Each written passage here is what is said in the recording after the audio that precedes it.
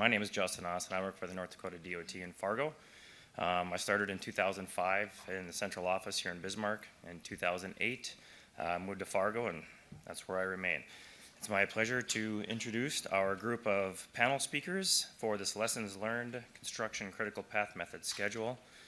First, we have Justin Hyndman. He has his bachelor's in civil engineering from the University of Idaho. He's our senior project manager at KLJ. And in the past 10 years, he has been the engineering program manager for over 35 North Dakota DOT projects. Next in line, we have Greg Thelen. He earned his bachelor's degree in civil engineering from NDSU.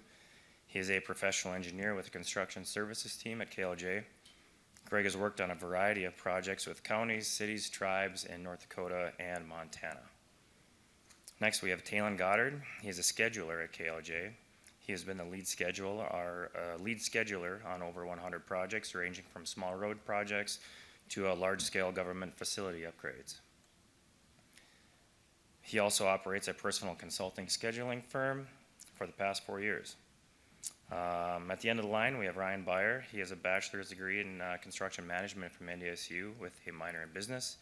He is a senior project manager with Central Specialties and has been involved with many large projects, including North Dakota 85 and 73, which we will touch on today's presentation.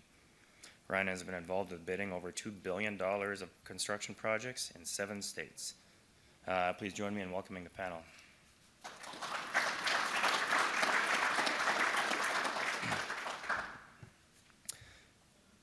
First off, what is a critical path method schedule? Critical path method schedule is used to accurately predict the length of a project when multiple dependent tasks are involved. It is ideal for large, complex projects with many activities and milestones. It can help optimize schedules, manage resource allocations. The critical path can highlight potential bottlenecks where delays could significantly impact project timelines as well. The North Dakota DOT first introduced the critical path spec in 1992. It was a very bare bones spec where we essentially just directed the owners and contractors to an AJC publication called Use of CPM in Construction. Since we've honed in on some things, we originally had schedule submittals every 2 weeks, but with how involved these schedules can get, it wasn't needed, so we have now changed that to every 30 days. Often contractors hire a sub that is just dedicated to the schedule because of how involved it is. In North Dakota, DOT averages 2 projects per year over the last 10 years or so with a CPM spec. With that, I will hand it over to Justin. Thanks, Justin. Is it on? How about now? So just to tie into that a little bit, CPM, it's really a communication tool, right? So it's communicating between the owner, the engineer, the contractor. It's not something we've just come up with to make Ryan's life tougher, right? There's some information in there that really helps when it comes to claims or changes. Greg and Ryan will talk a little bit more about that. But I want to point out, so we have a couple specs in the DOT spec book. One is the bar chart method, and then the other is the CPM. The difference really is that the CPM is a bid item, right? So it's actually a line item, contractors bid it, there's more effort included. And part of that is during that monthly submittal, there's a claim digger or equivalent, so that really compares the 2 schedules. The dates or activities where on a bar chart, you might have 2 PDFs, 2 files where you're really looking line by line trying to piece that together. So that claim digger or equivalent has some pros to really simplify that comparison.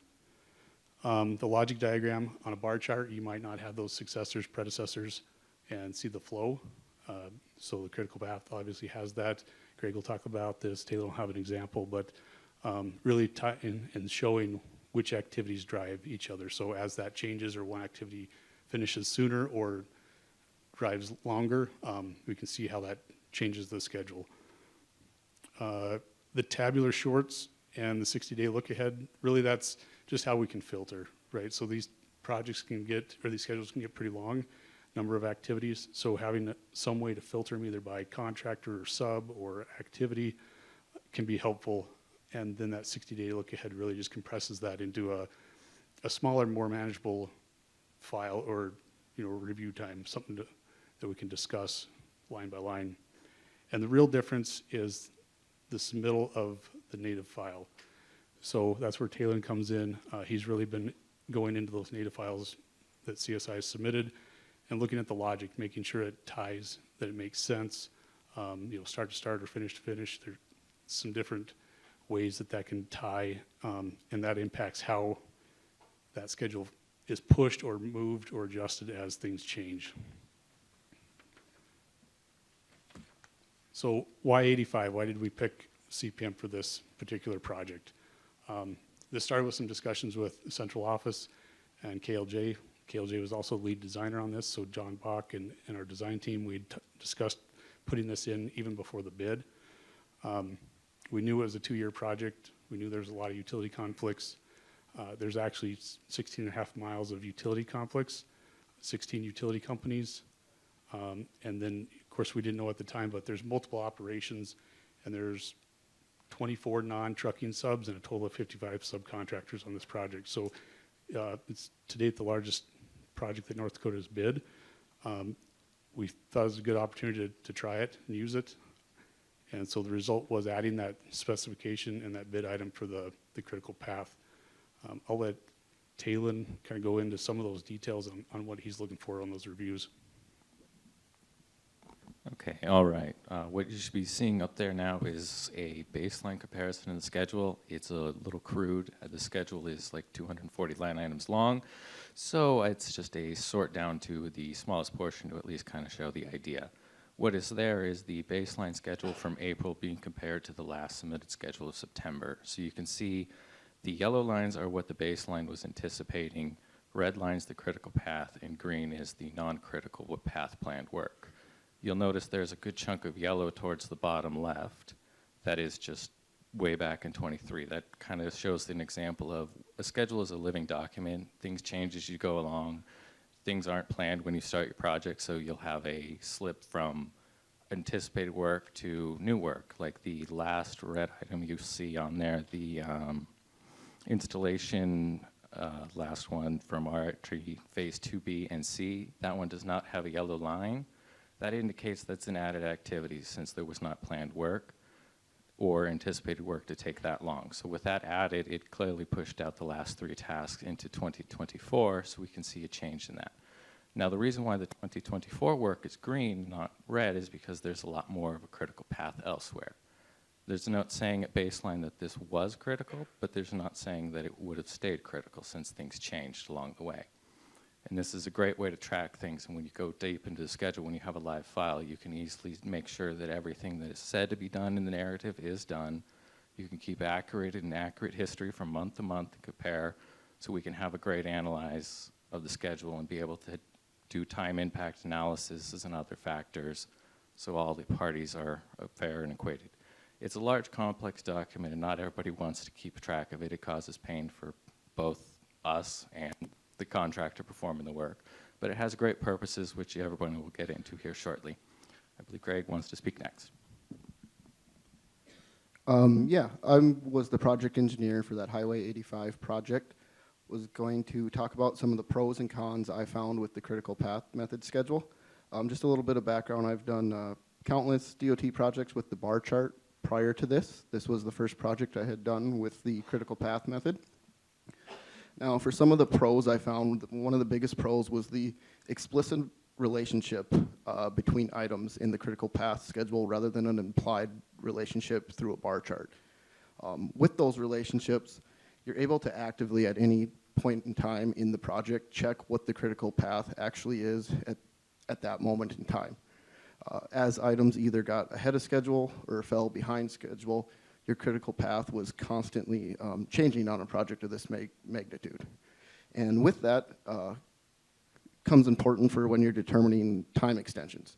As we all know with the DOT specs, if the item isn't on the critical path at the time of the delay, then no time extension is due, and having a defined, agreed upon way to determine what the critical path is was definitely a benefit. The other benefit, kind of similar to that, is the spec book actually has formulas for determining time extensions, so that the contractor and engineer can both be sure that it's a fair, equitable agreement when you do come to a time extension request. Compared to the bar charts where there's not really like an exact formula you can just plug things into, that was very handy. Some cons I found with the critical path schedule. Specifically, one con for me was you get that native file, you have to know what you're looking for and how to manipulate those native files to be able to check that the relationships are appropriate. I personally did not have the skill set or knowledge to be able to do that, where in the past for bar chart schedules, I had everything I needed to be able to review those. Easily overcame by bringing someone like Taylon on to help review the schedule, someone who has that knowledge base.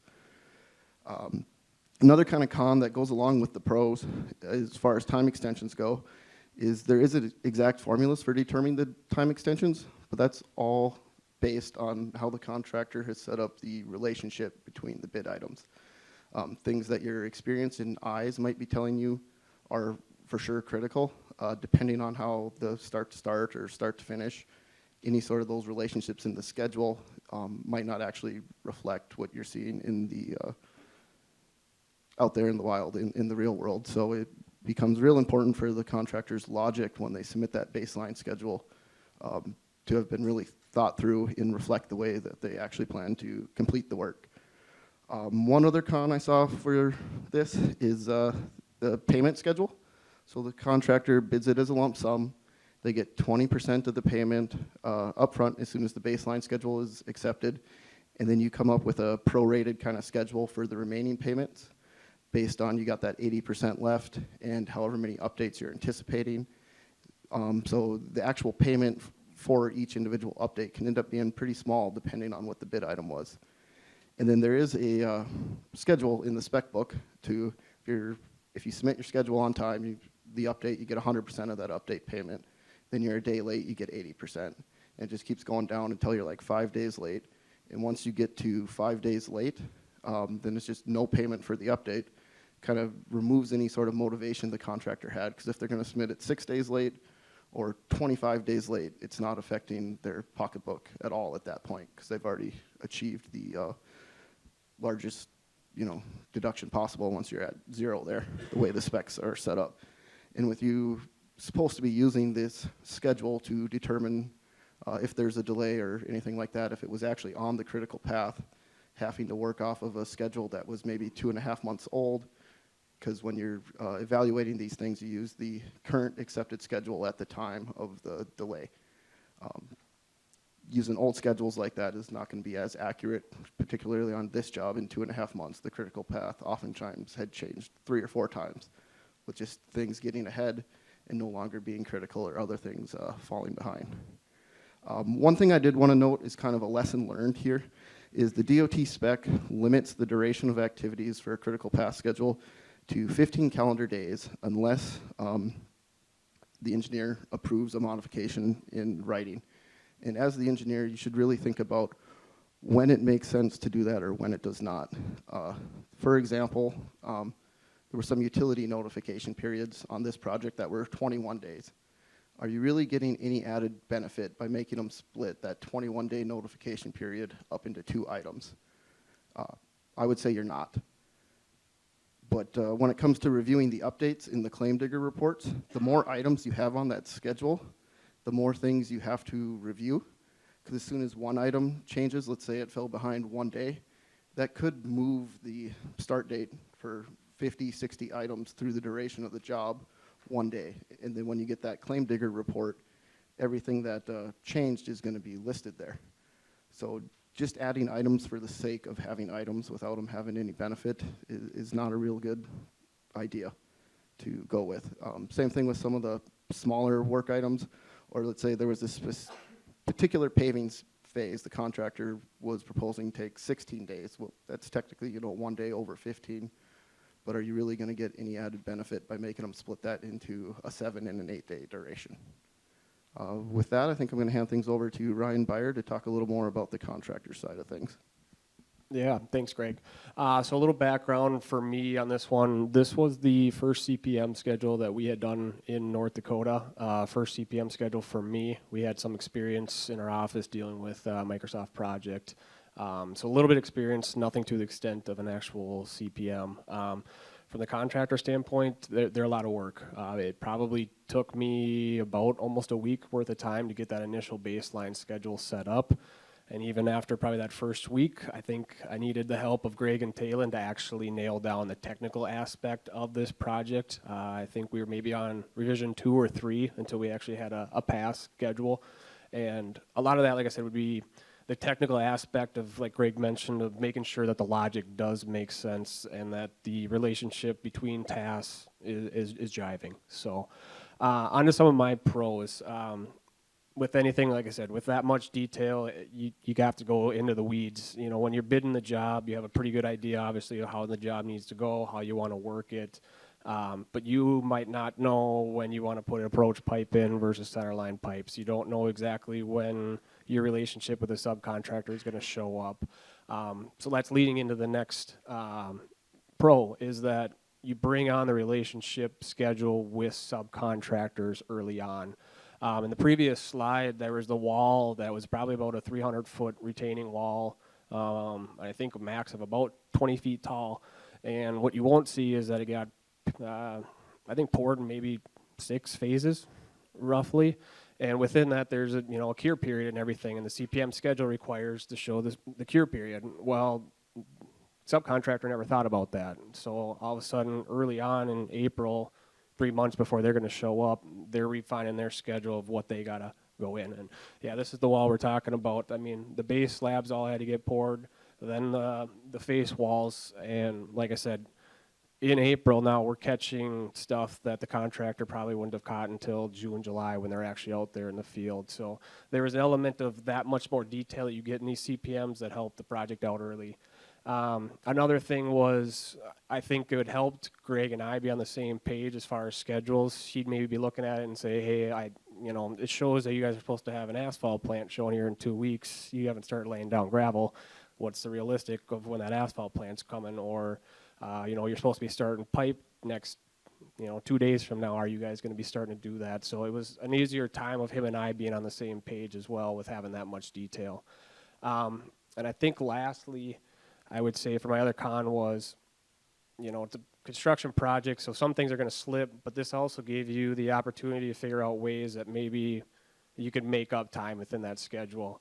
For instance, last spring, we had the good spring, good weather, so we wanted to take advantage of that considering we had the poor fall, winter prior to. So we had lost a month in the winter, and we needed to gain the spring back a month, so we identified that if we got the box culvert in that was replacing the bridge and the mitigation stream in, we gained ourselves a month and a half on that critical path. So and a tool for us to use to analyze where we could maybe make up grounds if we needed to. Some of my cons, I would say, is that a CPM works really good when it's a linear kind of project, when there's a step-by-step. Highway 85 was so big that there was so much room for us to work. There was a lot of phasing, but a lot of the phasing could be done in concurrently. And then like Greg said, you make one change in that CPM, the next month you're changing 150 tasks because you changed one line item.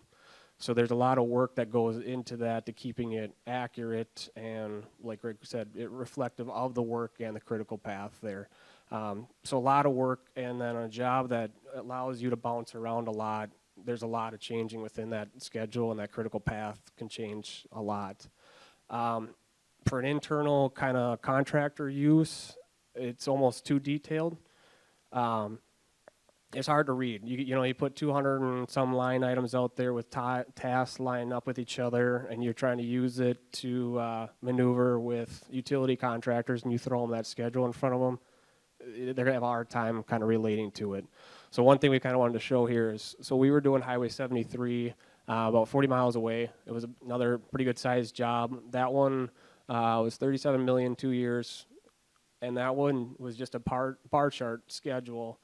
But we still had our kind of an almost hybrid. We still put in a Microsoft project schedule that had relationship, and this is the example of that. I know you can't read it line by item, but it's pretty easy from sitting in a crowd. You can look and say, hey, yeah, I could probably look and see what day of the month they are and where we should be at in the progress. Now, if we go to the next slide, this was a portion of Highway 85's. And, just looking at it, you can tell there's a lot more detail. And if you were just throwing this in front of you and said, where are we supposed to be at the project, you'd probably have a hard time reading that. So it can be a hard time if you haven't had the experience with CPMs of figuring out how to read it because of all that detail. So what we kind of do with Central is, like I said, we kind of like to do the hybrid schedules that 73 is of. We still like to have the relationships that critical paths have. So when you do make a change, it's representation of that change. But maybe it's a little bit easier than the detail that the spec DOT covers. The last thing I think we want to talk about was kind of the future of the specs and DOTs. And one thing that we've had a privilege of being able to do is, like I said, bid on a lot of different agencies and their CPMs and what we've seen. So we've obviously do a lot of work with NDDOT, talking to some of our crews that do a lot of stuff with NDDOT. They've actually been going away from it. Maybe 10 years ago, they were actually doing a lot of mill and overlays that required CPMs. That's gone away. We currently did a $30 million 4-bridge job on I-94 last year. It didn't require a CPM. So my guess is maybe their standard or their complexity of jobs is going up with their CPM. We do a lot of stuff with South Dakota DOT. The way South Dakota DOT labels their projects are level 1, 2, or 3, with 3 being the highest complexity. That's going to have the biggest impact to traffic, the most magnitude if something goes wrong on it. So anytime a project is labeled with a category 3 schedule, they're getting a CPM. And more times than not, we see it with structure projects in South Dakota. Montana DOT, very similar to North Dakota DOT. The one thing that we noticed was kind of what Greg said, that North Dakota requires a 15-day max duration on the task. Montana allows a 30-day max task on theirs. So a little bit, again, variety on it. And then lastly, we're bidding on a job in Iowa. It had a pretty good sized bridge on it in Des Moines area. And that project actually just split out the bridge itself to have the CPM and didn't require the whole schedule, because it was kind of the same concept of the project, the dirt, the grading can kind of happen whenever, but that bridge is going to be a step-by-step approach. So they actually applied just the CPM to the bridge. So kind of a unique structure that they had with their CPM. And with that, I think Taylon's had some experience too with other DOTs. Yeah, not many other DOTs, but a few. But primarily, I'm used to working with much government agencies like the Army Corps of Engineers, Navy, and the Air Force, along with a few other private agencies. But the big changes with them that would be great to see implemented is 15 days is too short, 30 days is great. I like how they have a standard of 20 days for working construction activities, but all other activities that are not construction, say notifications or review, submittals, procurement, those activities can have unlimited durations. When it comes to 20-day limits, it's pretty well there, but still 30 would be better. The other great change of them, it's a pain, but when the schedules are cost loaded and you do earned value management through them, then you can create progress billings through the schedule, so you're not tied to when you submit a schedule to get paid a portion, 80% here and so on. You're paid off based the work you performed. So if you performed a big mill and overlay and it was supposed to cost you, say, $20,000, you'll get that $20,000 in that period. It's progress payments through the schedules, which creates a greater utilization tool to keep it up to date, to keep it accurate, and better delay mitigations. Those are some of the great changes that could be made and improved along the way. So it encourages not to skip a submittal, and then we, as Greg said, we lose, say, 2.5 months. The critical path is very different. We don't know what it was a month ago. We only know what it was 2.5 months ago and what it is now. We've lost trackability. We've lost usability of the schedule. So it's a big old slip there, but improvements could be made there, and along with the use of a baseline comparison, as I've shown, is a great tool for the delay mitigation, but it needs to be taken at a great consideration month to month. When you lose data, you lose purpose.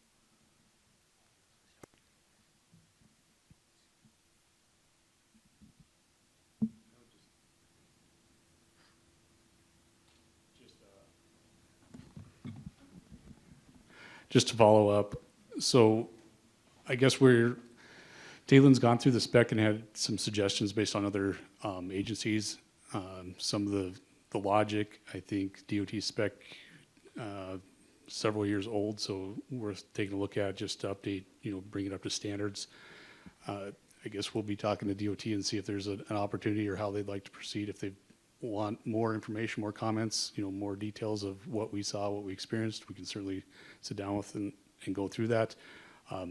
Possibility of using it on the next few phases of 85. We know that there's several projects coming up, so it might be an opportunity to learn and improve. I guess we're open and willing to share any of that information we've learned. So we'd like to just open it up, have more of a discussion. If there's questions in the audience, questions for this group or comments, we'd like to just go through those. When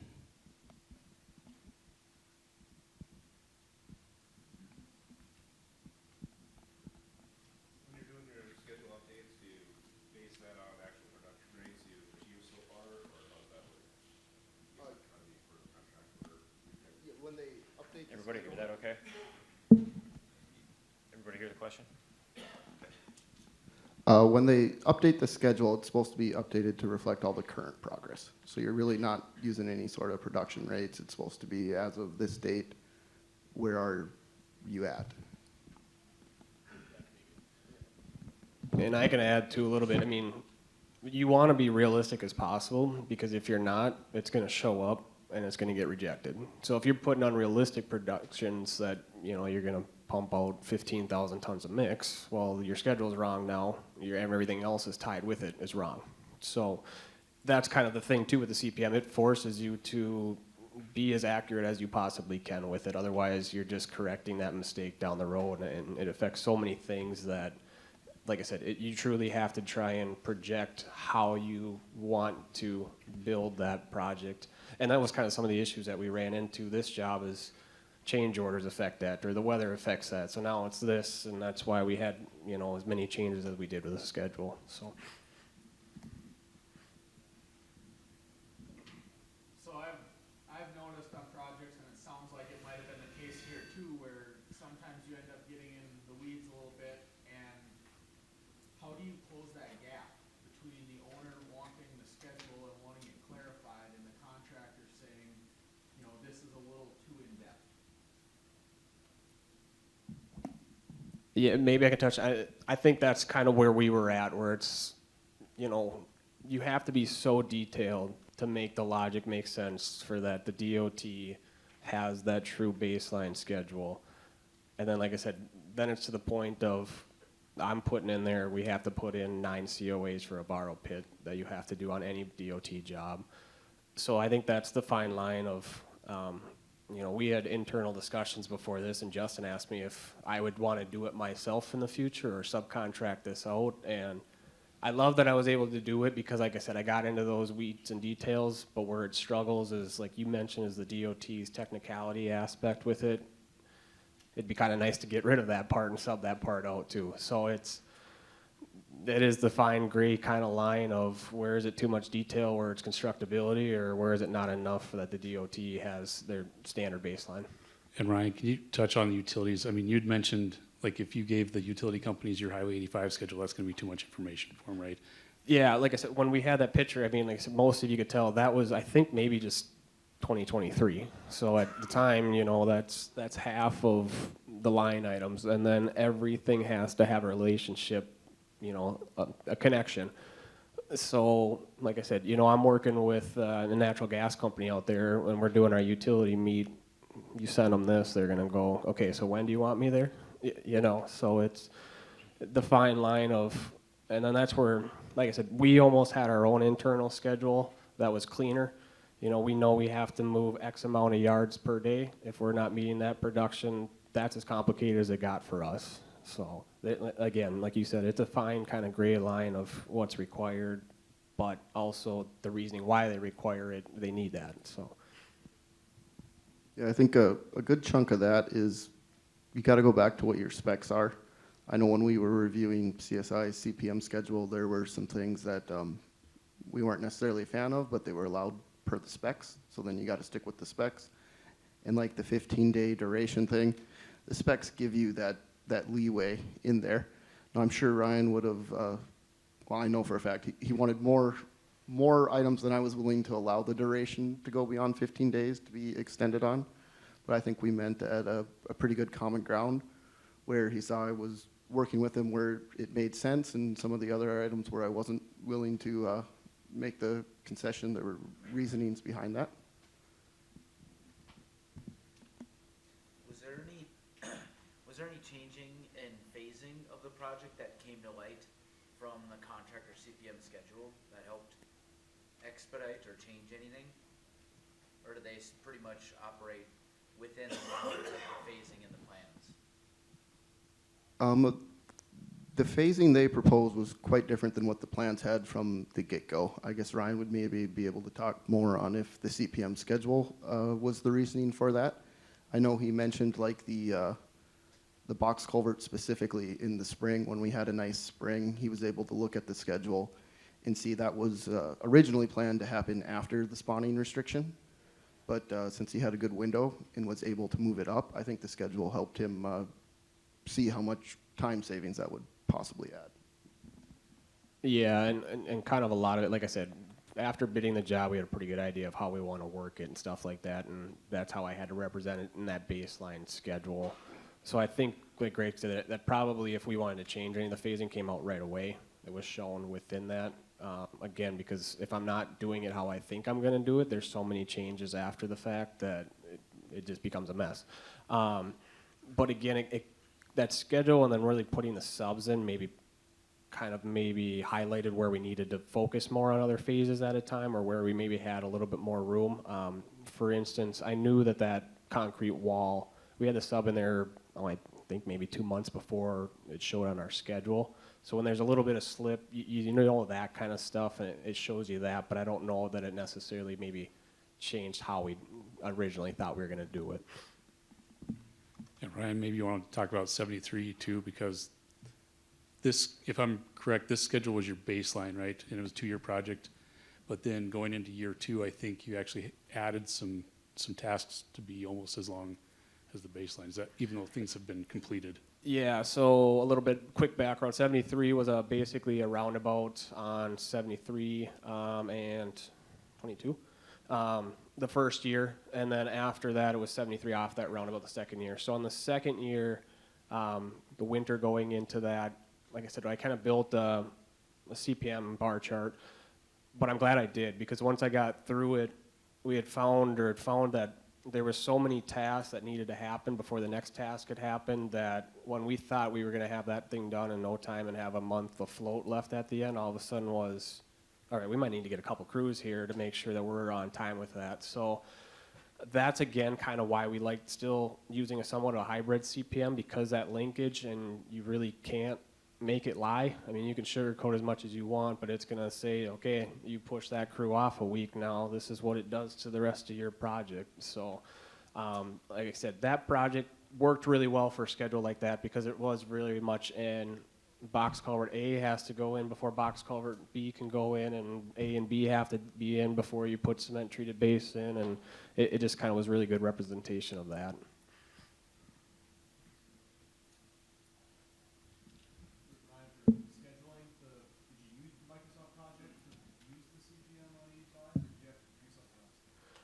We did project. So that's kind of the nice part about North Dakota DOT is it allows both. Minnesota only allows P6 Primavera. Montana is the same way. I know Taylon actually, I believe, prefers to work on P6, but thankfully he was smart enough and was able to take project and put it into P6. But just, I think the only reason is that I had a little experience of college in it, and that was my background. We had it, and I said, okay, I'll use that. And like I said, it's kind of similarity to an Excel, and a very vague, so it's pretty user friendly when it came to that. So yeah, everything was done in Microsoft Project, but we do have the capabilities of doing P6, because like I said, different agencies require different methods.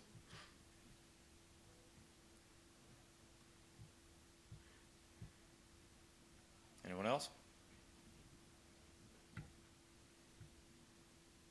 Okay. Thank you, guys.